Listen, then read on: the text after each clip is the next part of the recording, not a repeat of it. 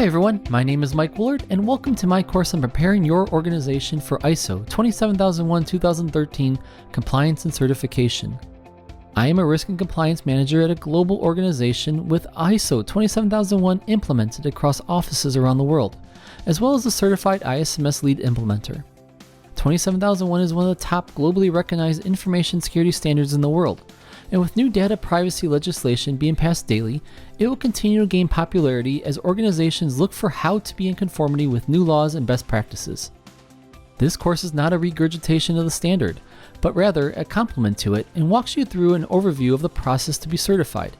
It then steps through each of the clauses and controls in the annex of the standard and gives you guidance on what the auditor is looking for, so you can focus on what is important and streamline your preparation process.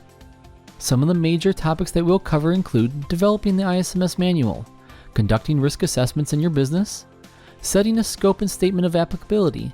Then we'll walk through all 14 security control clauses and touch on the 114 controls in the annex.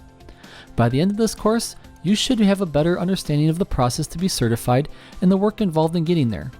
Certification is not an overnight process, and depending on the size of the organization and scope involved, can take weeks, months, or even a year to prepare.